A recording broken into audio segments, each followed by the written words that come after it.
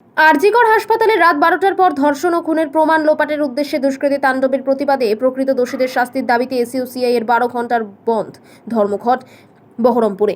শুক্রবার সকাল 9:30টার সময় এসইউসিআই এর একটি মিছিল বহরমপুর জেলা কার্যালয় থেকে বের হয়। বহরমপুর শহর পরিক্রমা করে মিছিল শেষ হয় বহরমপুর প্রশাসনিক ভবনের সামনে। পুলিশি বাধা অতিক্রম করে তারা মিছিলে নিয়ে যায়।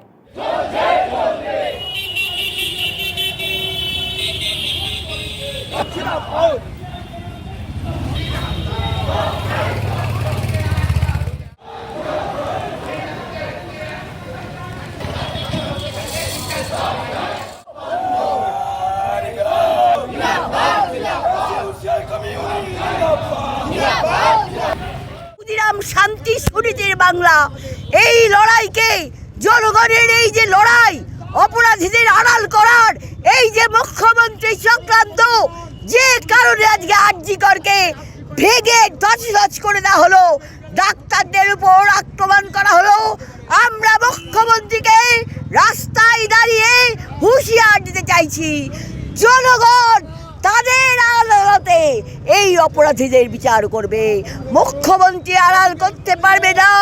এই শান্তি সুনীতি প্রীতিলতার বাংলার মেয়ের আজকে রাস্তায় নেমেছে, ফলে জনগণ তাদের আদালতে মুখ্যমন্ত্রী যে অপরাধীদের আড়াল করছেন তাদের বিচার করবেন।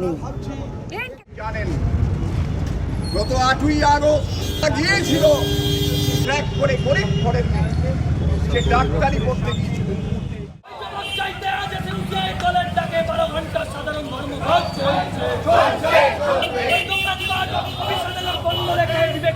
আজকে সাধারণ ধর্মঘট চলছে।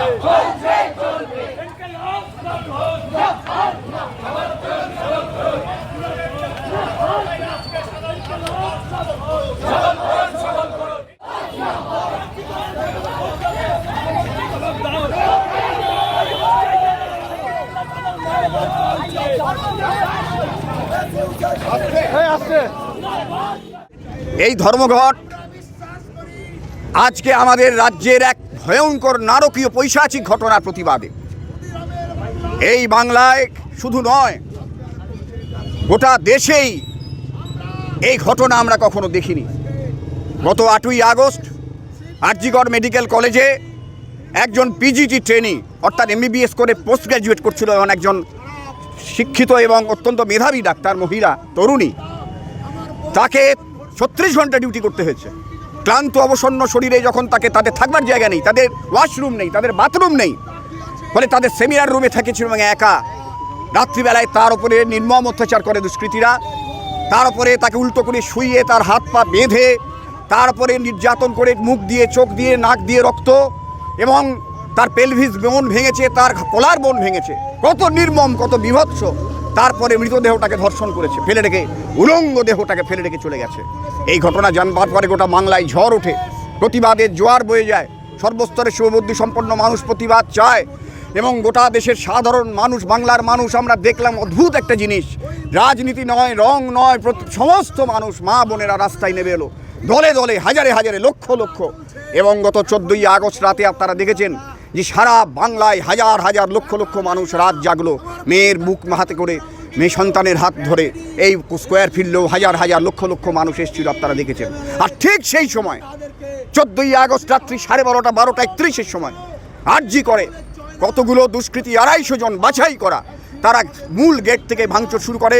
অবস্থানরত ডাক্তার প্রতিবাদ যারা করছিলেন তাদের মঞ্চটাকে প্রথমে ভেঙে দেয়, তারপরে ভাঙতে ভাঙতে গেট ভেঙে, ইমার্জেন্সি ভেঙে, আইসিসিইউ, এইচডিইউ, সিসিইউ তার সমস্ত তছনছ করেছে।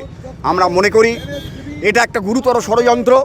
একজন সিভিক ভলেন্টিয়ারকে অ্যারেস্ট করিয়ে দিয়ে তারা মূল আসল মানে যারা চক্রী, যারা কালপ্রিট, সরকার তাদের আড়াল করতে চাইছে এবং প্রমাণ লোপাটের জন্যই সেদিন এই ভাঙচুর হয়েছিল। এবং এরই প্রতিবাদে আমরা আজকে সারা বাংলা জুড়ে সাধারণ ধর্মঘটের ডাক দিয়েছি। কৌশিক চ্যাটার্জি।